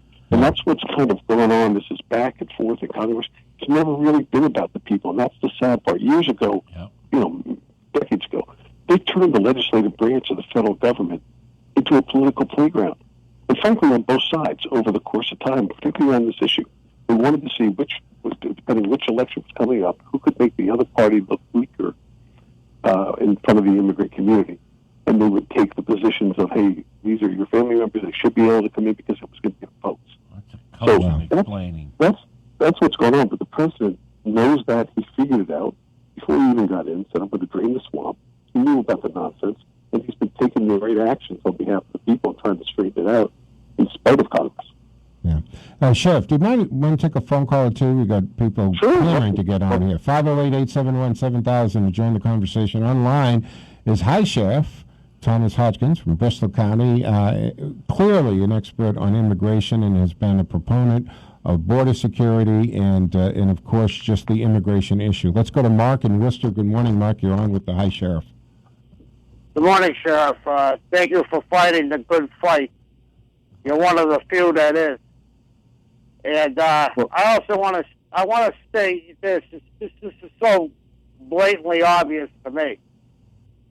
This is not going to change until you have a proactive U.S. Attorney General and U.S. Justice Department attorneys who are willing to issue cease and desist orders to the mayors of these towns and cities who, in violation of federal laws and statutes, harbor illegal aliens. You have to issue them cease and desist orders, or they'll be subject to arrest.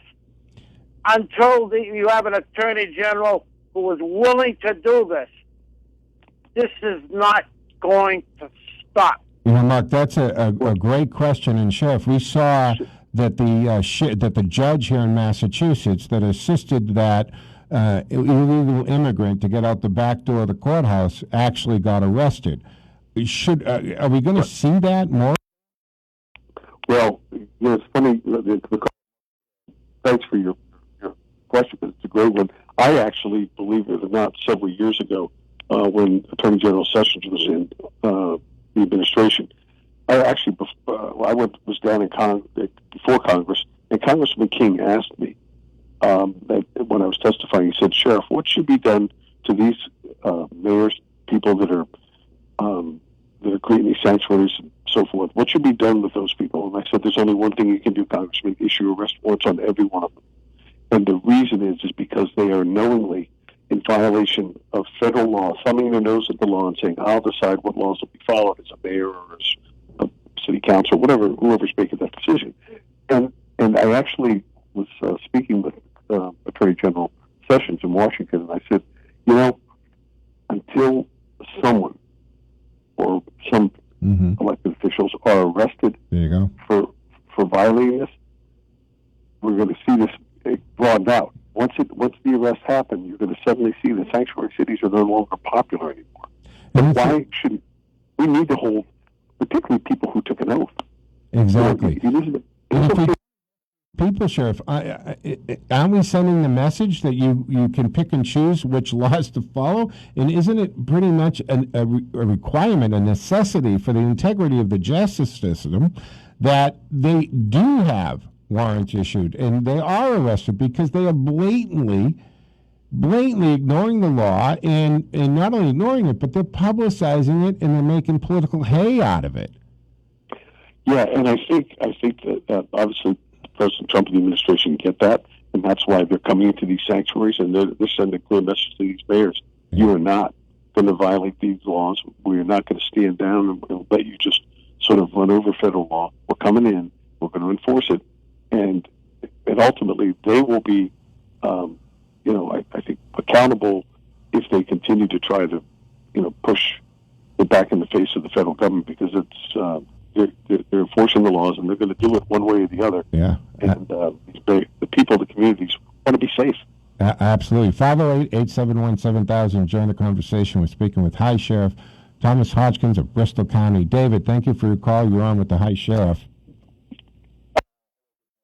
Thank you very much for all the work you're doing.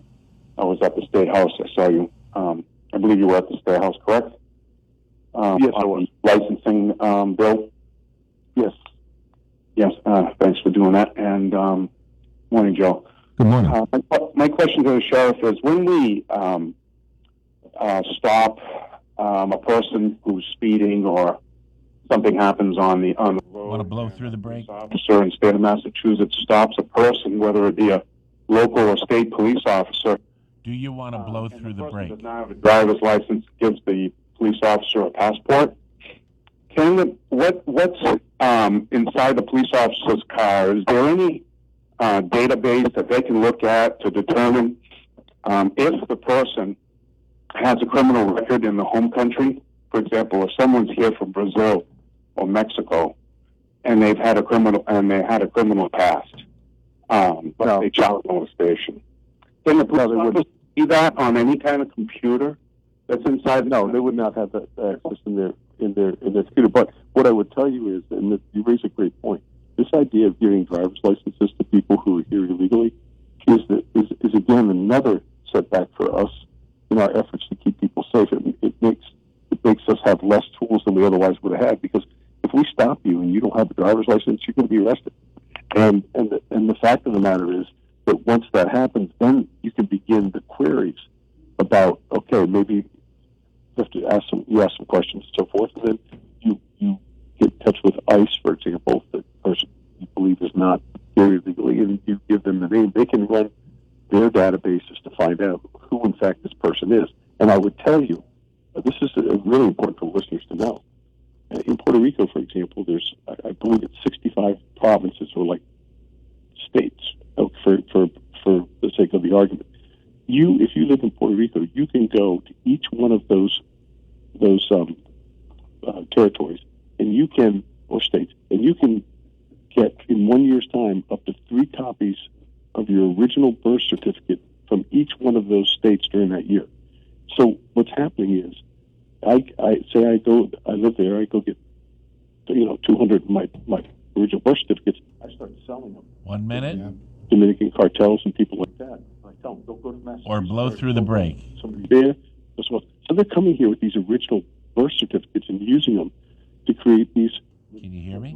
To be legitimate IDs, and so we have a serious problem with identity fraud going on all over this country, and it's costing millions upon millions of dollars to the taxpayer in the fraud that's going on. Yeah.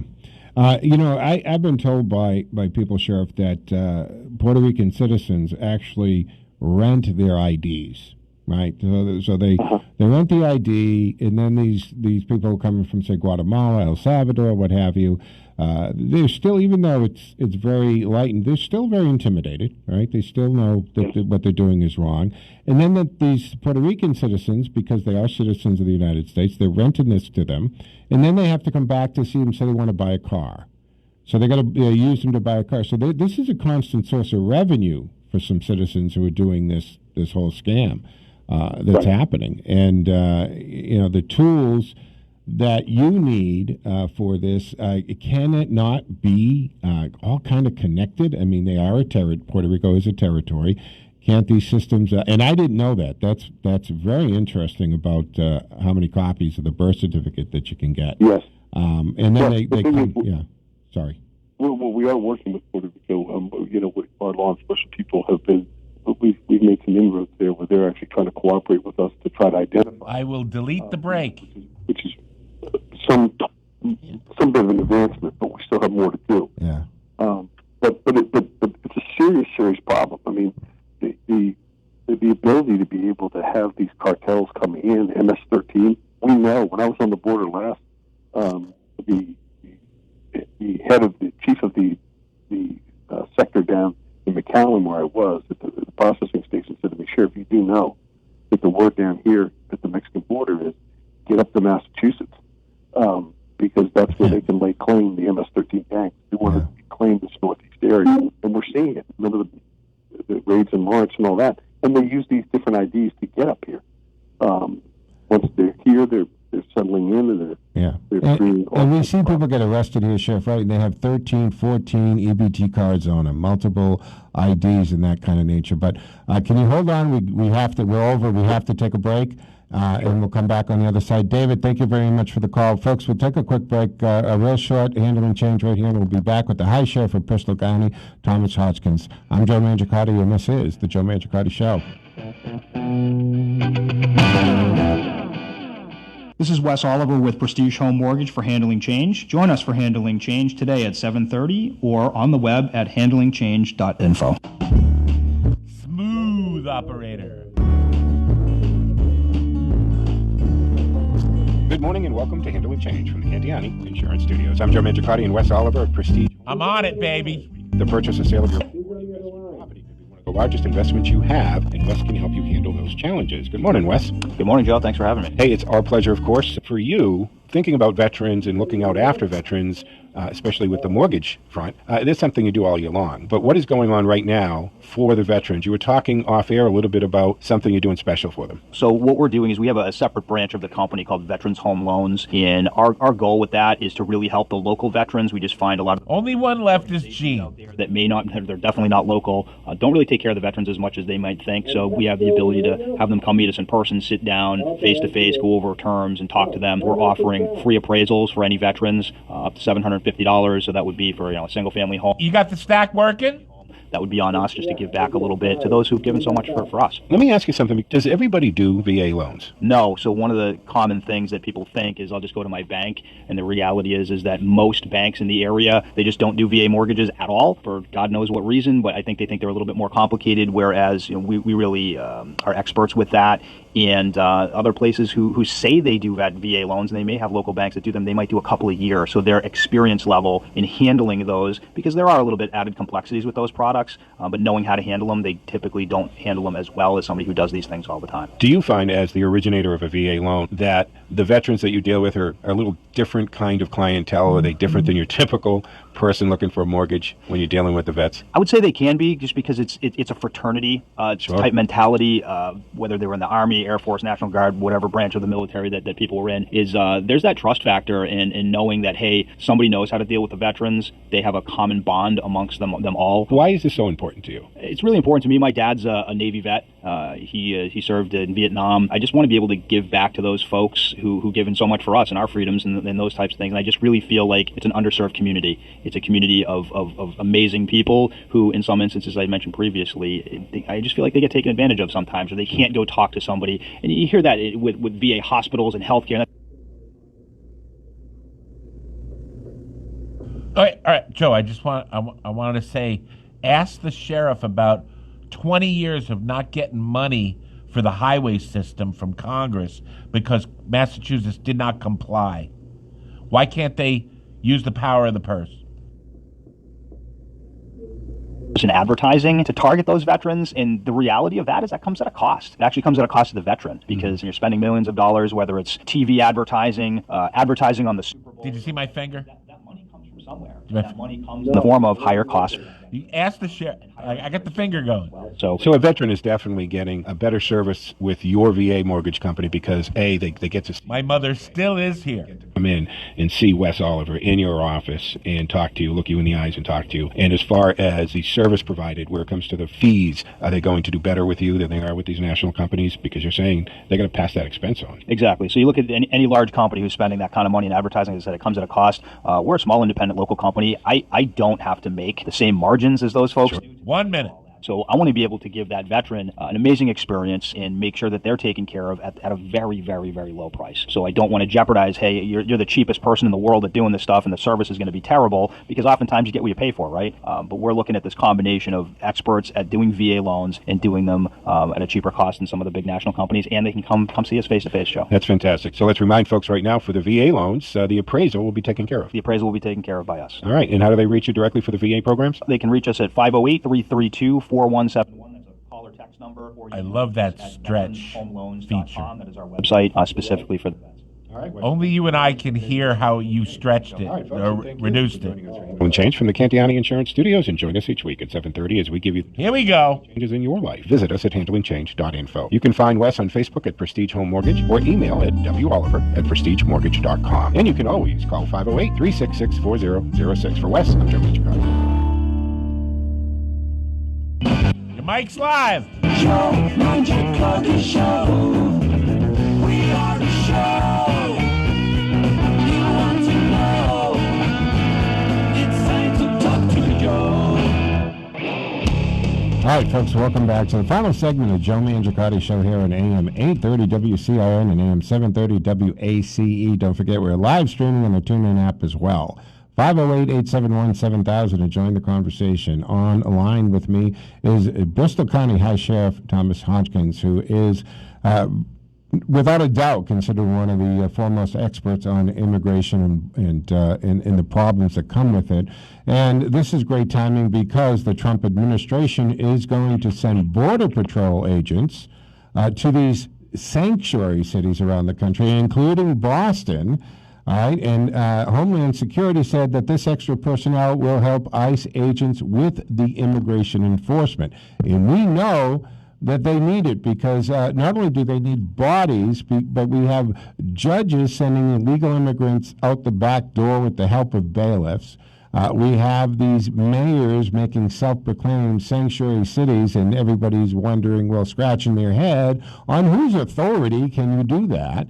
And so we have all of this going on, and now I look at the media, Sheriff, right, and you see certain publications and online stuff coming out with SWAT-like is coming to Boston. I mean, trying to twist this into something. And from what I understand is, hey, some of the Border Patrol agents serve on the SWAT part of the border, or what their equivalents of it. But isn't it funny how the media is trying to kind of scare and make this like it's some kind of jackboot situation going on, when all it is enforcing the laws and giving the department, ICE, the help they need. Well, that's exactly right. And the thing is, Joe, when you think about this, actually, the people who, if those people who are saying that really believe it, then they need to tell these mayors, why are you putting us in this situation if you really believed it. But as you know, look, the fact that they've made it difficult for ICE to transfer someone that's in our custody directly to ICE without letting them back out in the community and taking the chance that they're going to commit a crime against somebody else, which often happens. They're putting, when they do that, and they don't allow for us to do that simple transfer and allow people to get back in the community, they raise the risks of people living in neighborhoods where ICE has to now go and try to confront that person, either at some business or home, and take the chance that there's some kind of a potential shootout or somebody gets shot, some innocent person gets shot, and you have people coming into your neighborhood, law enforcement, that otherwise wouldn't have had to do that, in a much more high-risk situation than having a controlled transfer based on the rule of law. So this is why it's so dangerous for these elected officials, the mayor of Boston, the mayor of Curtatone up in Somerville, and others who just are thumbing their nose at the federal law and putting people at risk when they were sworn to do what we do, which is provide the most fundamental service in government, which is keeping people safe. Sheriff, has anyone ever told you, as Sheriff of Bristol County, do not contact ICE? Do not turn an inmate over to ICE? Well, we have protesters here. I'm a 287G sheriff's office. I signed up for that. In fact, I tried to get it when Barack Obama was in. They canceled the program.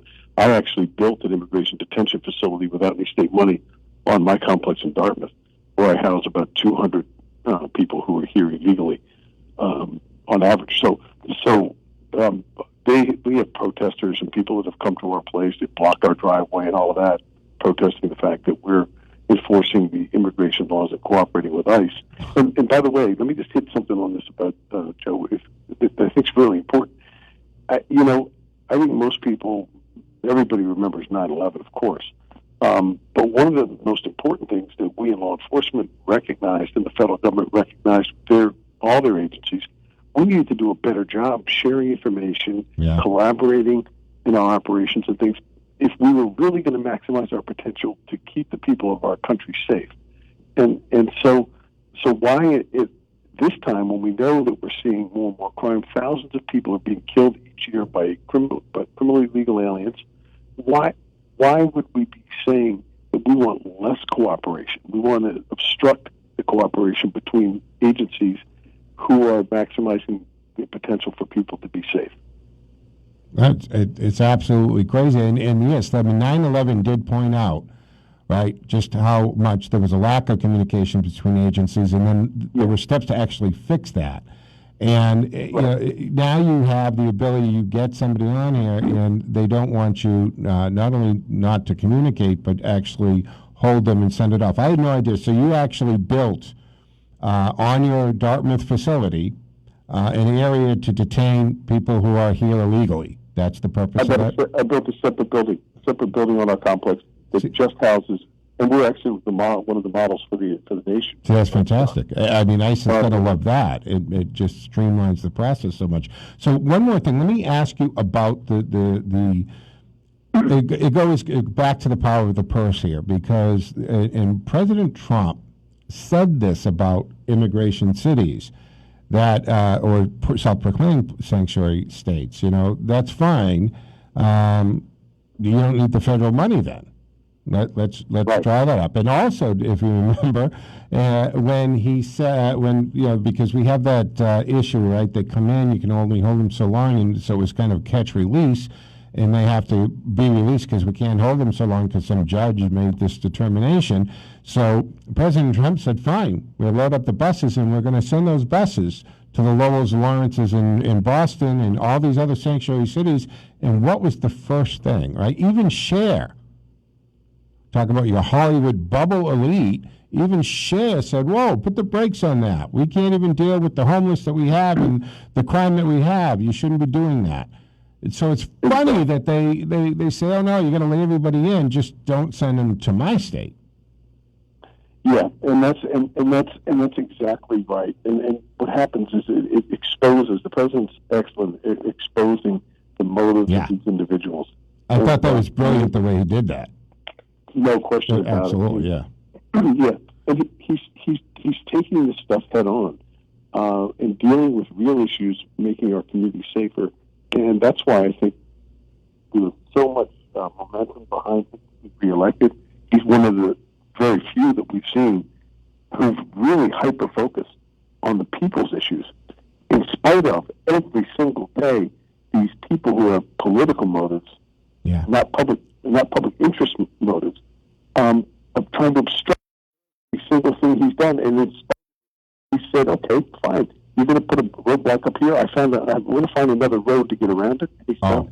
And for all a businessman who has been, his entire life has been about getting around obstacles, right? Getting around them or obliterating them. And then you got a guy in the left cannot understand the love for him and his success, because he actually, you said it a second ago, he's addressing the people's concerns and issues, where the other politicians are just concerned about their concerns and issues, and they want to tell us what's best for us instead of what Trump is doing. And he's listening to the typical American citizen, and he hears what we want, and that's what he's trying to give us. Ted wanted to jump in on something with the sheriff. I wanted to ask the good sheriff a real straightforward question. First of all, are there any sanctuary communities in your county? There aren't any established sanctuary communities in our county. But sort of new sort of attitudes in some communities around people just not really looking to enforce the immigration law. Got it. So in the future, if one of these communities comes out and, say, a mayor or a selectman says that we're going to be a sanctuary community, why can't you arrest them and put them in that nice lockup you've got? funny you say that. Mayor Crittenden was specifying before what should be done with these individuals at the sanctuary communities. I said issue arrest warrants on every one of them. And then on Friday, I was doing an interview, and they had apparently contacted Mayor Crittenden, and he said they asked him. The sheriff said he was going to think she should be arrested. He said, "Well, tell the sheriff to come get me." And what I had said was, "Well, I think that Mayor Crittenden is going to be very disappointed because it isn't going to be me that's going to come get him. It's going to be the federal law enforcement people who come get him. That's under federal law, so we can't. If we could, I would." Yeah. But, well, that's big talk for someone who knows that he's not in your jurisdiction. Of course. But boy, when those feds come and walk. Now, by the way, you're going to be on is it Judge Janine tonight? Judge Janine tonight. What time? Around 9:10. 9:10. All right, so people can tune in and check that out. We got It's on my calendar. Yeah, absolutely. Because I don't really go out Saturday night because I'm here again at 5 in the morning on Sunday, Sheriff. So 9 o'clock on a Saturday night, I'm usually watching Judge Janine or Fox or something anyway. But 508-871-7000. Gene would like to talk to the good sheriff here. Good morning, Gene. You're on with Sheriff Hodgkins. Joe, one of the times that I'm crying, okay, because first of all, Sheriff Hodgkins, I called one day, and they gave me several numbers when I had called, but I believe that was also for a reason. I called to thank you. I hope you got a message. Gene Giro, 611 Joe. Franklin Street, Framingham, Joe, can you hear me? Massachusetts, okay? And Sheriff Hodgkins, I hope you got one of the messages. I talked to several Okay. people. They love you. I have no separation between her and the sheriff. So she's off or she's on. So overwhelmed. And Joe, everyone, Ted, Shane, this wonderful station, the Cadburys who own it, you are on Radio Free America, Sheriff Hodgkins. And I have to thank you and thank you and thank you from the bottom of my heart, along with all of the listeners. So many people listen to this station, along with all the people and callers who are so fantastic. Sheriff Hodgkins, I want to tell you, first of all, I want to give you hope. I got saved. And I know, and I'm privy to stuff from the past. What you're saying about what they want to do with the control, they want the votes. They want that political control. You're absolutely right about that. They can kill me if they want to, Sheriff Hodgkins, but look me in the eye under the American flag. Okay, that's what I ask. Okay. I love Jesus Christ. I'm born again. There's hope for America, Sheriff. I want to give you that blessed hope. There's nobody that can't be saved. I also want to let you know that back when I was at a church that was for real, that was preaching the gospel, that did It's on or off. I can't fade it. Jesus Christ, because I'm 43 years free of drinking, drug, and adultery, fornication, and smoking, Sheriff. Yeah. Gene, but do you have a question for the sheriff? Yes, I do. Yeah. Yes, I do, Joe. Okay, and thank you, Joe, for this opportunity. Sheriff, I want to tell you that we had a couple at the church that we sponsored, and it was right, Sheriff. And it was everything that was American, for what's right for America, that protected people, that protected the police, that protected everybody for what's right for America. They were sponsored, Sheriff. Question. Now, this is what's happened. Why haven't they done this now, Sheriff? And my heart goes out to the fact that the people that we sponsored were protected. And who's being protected now is... Well, I think Gene's question is that why, Sheriff? Why? Why are they protecting the illegals? Yeah, why? Yeah, why? Let's go with that. Why are they and what is the political motivation other than it's against Trump, therefore they're for it? What do they benefit from this? It's really not so much against Trump as much as it is. They don't like President Trump, but because what he's done is by enforcing these laws, he's upset their political. That's inconsistent. Yeah. They've been motivated to try to get votes and bring people in. When he said, no more, we're not doing this anymore, we're going to build the wall, he basically was saying, you're not going to manipulate the American people and the system anymore to try to manipulate the elections of our country. I was just going to say, you mean election meddling? Talk about election meddling. Well, of course. Third world country. I mean, that's the whole purpose behind the driver's license. Not the whole purpose, but a big part of this, right? I mean, because I said this a week or two ago, Sheriff. I'm watching TV. You're seeing all this going on. We're going to issue these driver's license, right? The bill here in Massachusetts, it's passing the hurdles. Thank you for going against that. And then the next thing on TV, Sheriff, is Bill Galvin. Great guy, Secretary of State. What he's saying, don't forget to vote. All you need is a smartphone and your license, and you can register to vote. Of course. In the same TV. The travesty of all this. But you know, I really believe the great thing about President Trump is, and I often refer to these Democrats who do these kinds of things that you just spoke of, that President Trump has sort of recreated the script of the Wizard of Oz, and clearly now people have seen that, you know, Toto's pulled the curtain back now. And now the American people are finally seeing this has been driven by politics. This has nothing to do with serving the people. It's serving themselves. So it's the difference between self-service and public service. And these individuals who've continued to try to break down our system for their own political benefits have been involved in self-service government for decades now. And it's very, very sad. Hey, Sheriff, remember when El Chapo, was arrested and all that went down? There was a kind of a threat thrown out there at one point that he was going to start naming all of the politicians that he's paid off and has donated to, but that got quieted real quick. Oh, sure. And this is all unraveling. And that's why you're seeing the kind of crowd you're seeing with the president now, because people want the laws to be enforced. And the other thing is, I was listening to a gentleman who immigrated to this country legally. And he was saying, you know what? This was just last week when I was at a press conference in Maryland with sheriffs from Maryland and North Carolina and so forth, supporting the attempts for us to try to prevent them from becoming a sanctuary state. If you want me to run your spots, otherwise we can go right up to the end. It's up to you. To come here, I did it the right way.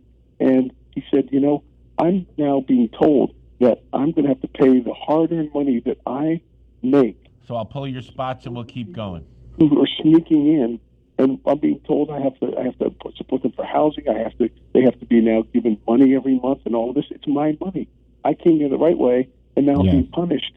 And I encourage everybody, if you know someone that's come here legally, immigrated into this country, become citizens, I would encourage you, when you have a moment, just to look them in the eye and say, you know what, I just want to thank you for respecting the laws of the United States, because you've upheld what our forefathers have given us and helped us retain what is rightfully ours. And that's to have a sovereign nation of generous people who bring in 1 million immigrants legally, more than any other country a year, over 1 million.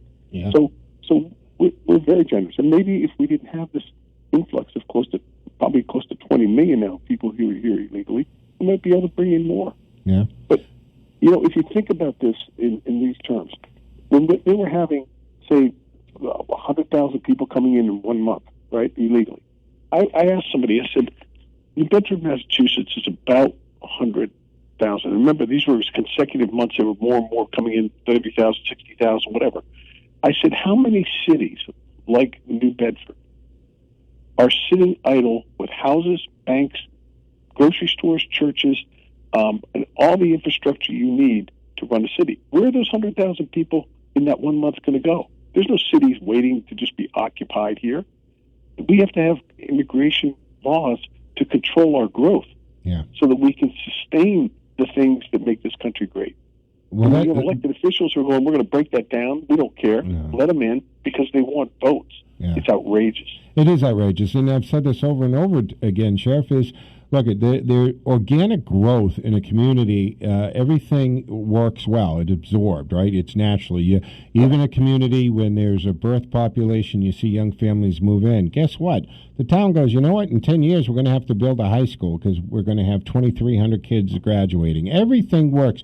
If you dump this population into a community out of the blue like that, everything is taxed to death. No pun intended here. the school system, even the sewage system gets taxed, the power grid, everything, nothing, right? You drop thousands of people unexpectedly, you don't have that organic growth, and it cannot handle it.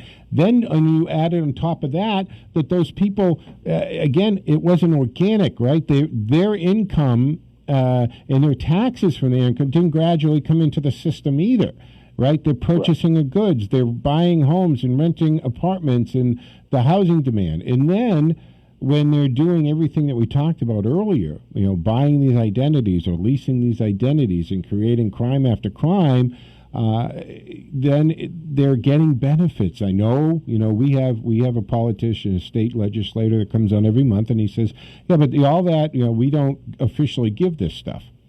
But I understand that. We don't have a program. You don't go to transitional assistance and say, I'm illegal, sign me up for welfare and food stamps. They're doing it by committing fraud and identity theft, which if you and I did identity theft, we'd be in a lot of trouble, right? So that we know it's happening, but that it's straining the taxpayers' ability to even keep up with the taxes here. Well, yeah, and think about this too. The president's just now getting ready to announce something on sex trafficking, human trafficking, and the crackdown on that. But think about this. When you go on Facebook, you almost every single day you're seeing missing children, right? Oh my goodness! I was in Washington getting ready to go on the air, and one of the technicians at the studio said, "Hey, are you here on the topic of missing kids?" I said, "What are you talking about?" He said, "All over Washington D.C. there are kids missing all the time. Nobody knows where they are, and the cartels have turned human and sex trafficking into almost as lucrative a business as they have the drug trade." Wow. So our kids are being abducted in our communities across this country and being brought into these trades of human trafficking and sex trafficking, being sold off and whatever. And it's out of control. And I think most people probably... 30 seconds. Look, they see it all the time. I tell people, share that with your friends and let them see it. Every time you see them, they think, share it so people see the magnitude of the problem. Sheriff, unfortunately, and I hate to have to say this, but we're at the end of the hour, and I got to break because what you're saying is extremely interesting and informative, and I'm sure our listeners love it, but it's just time to have to say goodbye. But I want to remind everybody that you're on with Judge Janine tonight. Please check out the High Sheriff. Yeah, thank you, Joe, and thank you for what you're doing. Talk radio is going to be it's going to turn this country around. Absolutely, and please come back again. Thanks so much. All right, folks. That was High Sheriff Thomas Hodgson. That wraps it up, folks. I'll be back tomorrow morning, 6 a.m., and you have a fantastic weekend, folks. WACE Chicopee and WCRN Worcester. Medical workers infected. Huawei, no way. I'm Christopher Cruz. China today reported far fewer cases of the coronavirus than it did the day before. It said there were 2,641 new cases, a sign that the spread of the virus is slowing. Correspondent Brian Todd says the people on the front lines, however, are being infected at high rates. Chinese officials say more than 1,700 medical workers there have contracted coronavirus.